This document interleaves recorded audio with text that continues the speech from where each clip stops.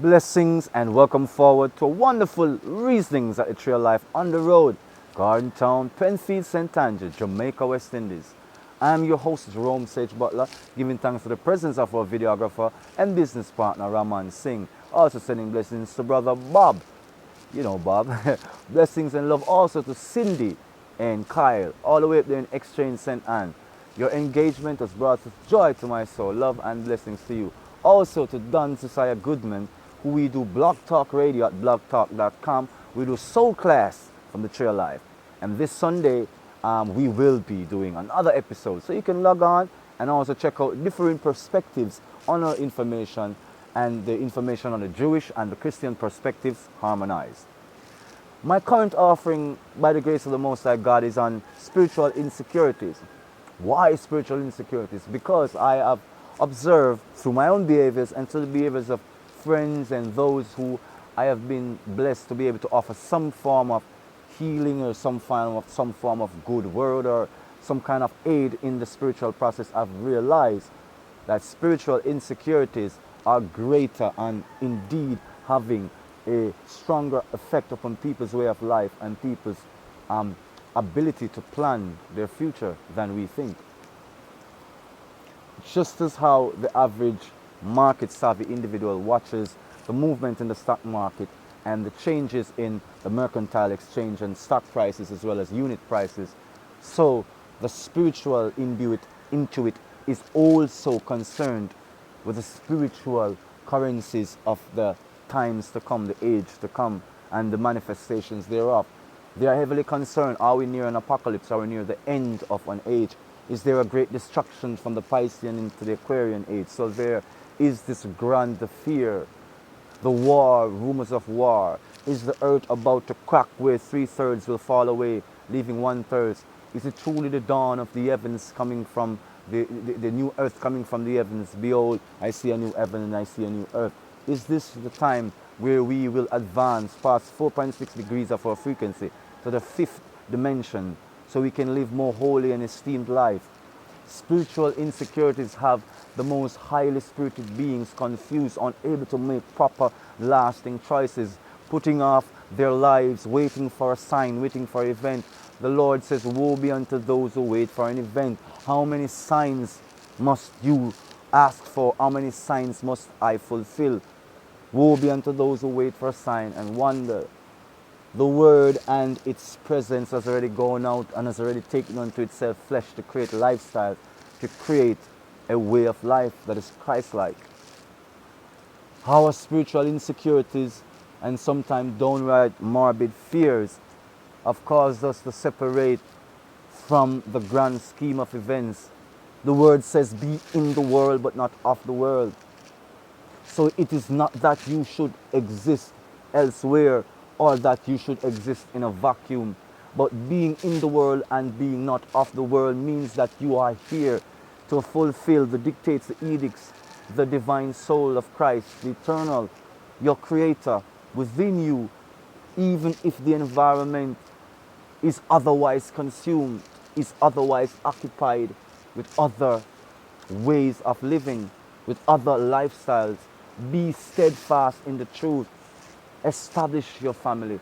Yah will establish. You will set rootings and foundations and grounding.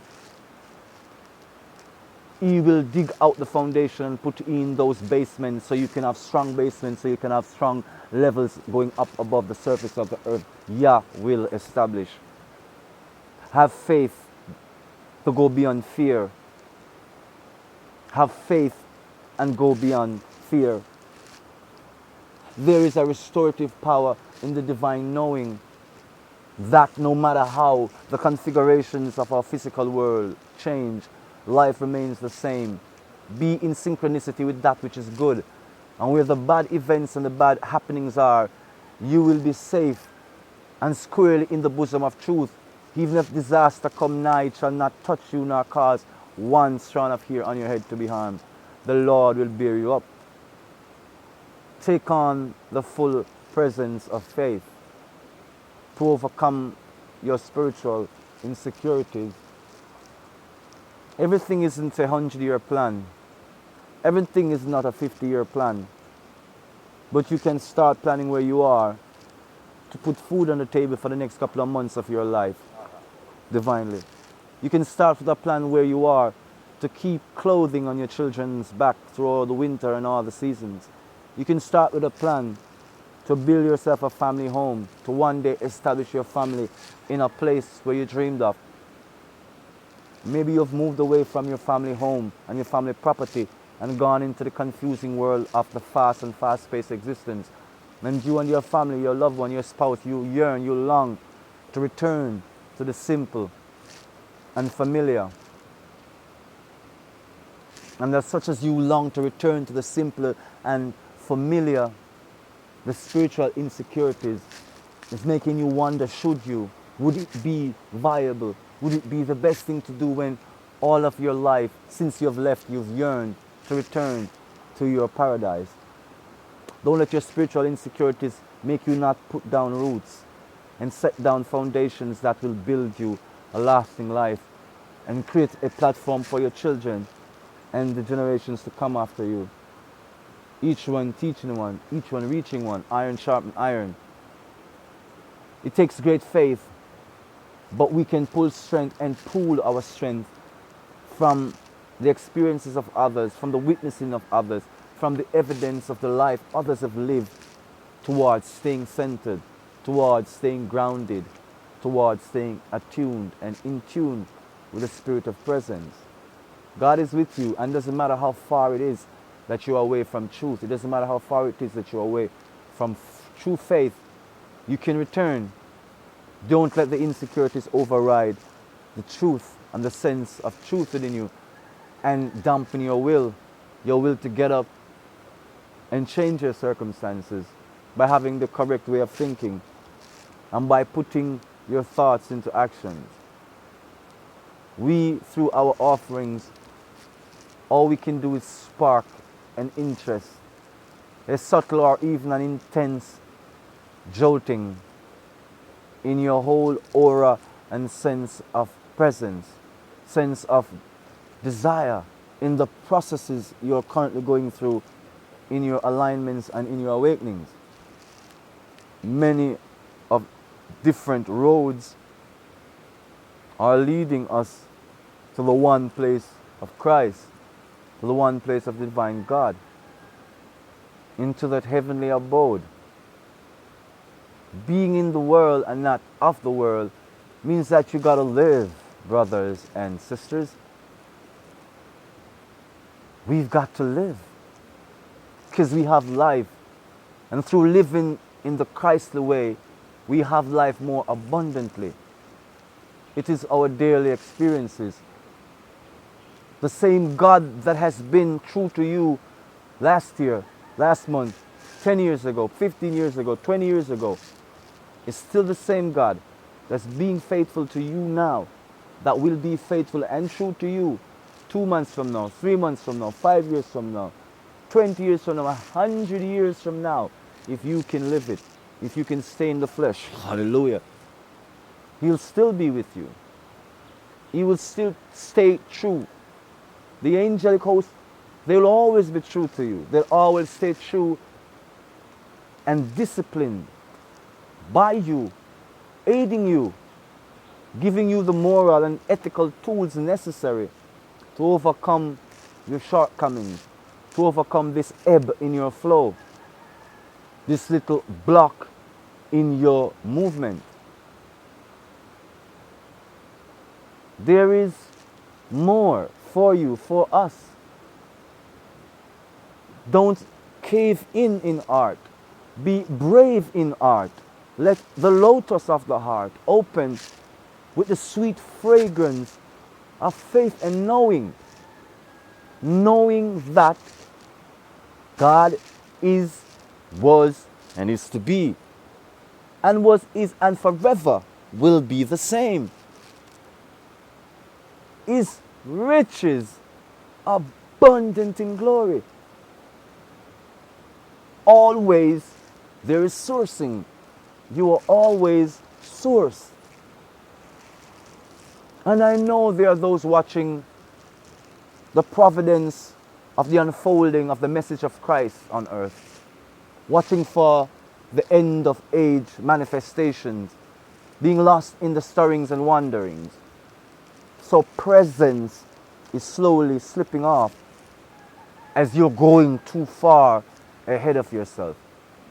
One of my personal statements in Christ that I have used as a motivation to myself, because it has been born within my own experience, because it was not gleaned from some great philosopher, because it is Christ as an evidence to me. I often say to myself when I feel discouraged, I say, Jerome, what have life taught you? And I say, life has taught me that if you go ahead of the Spirit, you're going to have to be patient and allow it to catch up.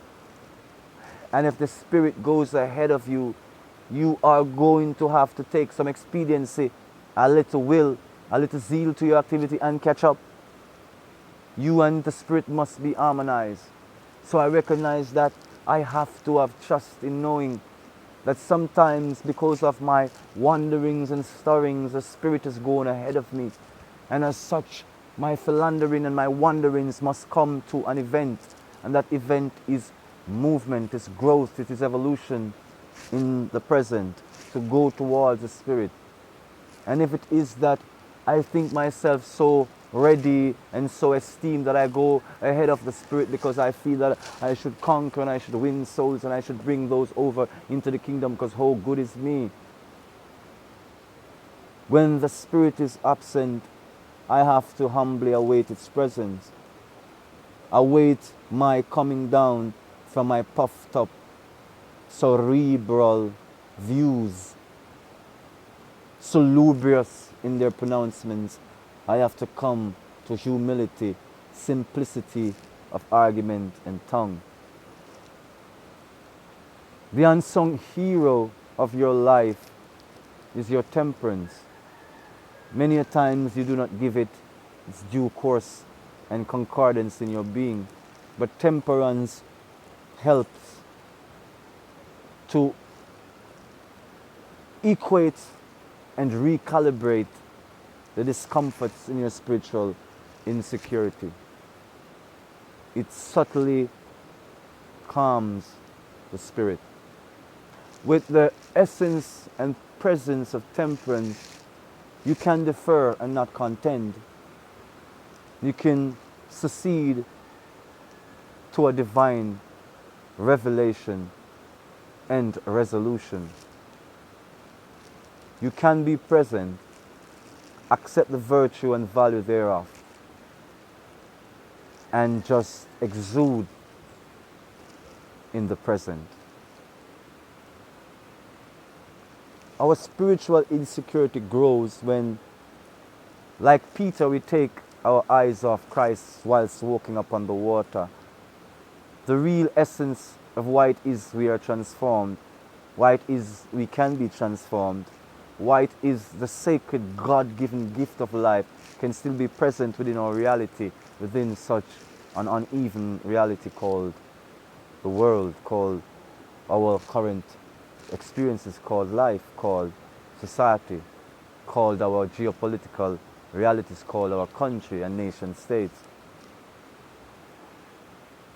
That temperance allows you, like the Spirit of truth, to subtly flow through even the densest of materials and go to the most illumined and enlightened state of presence, of being.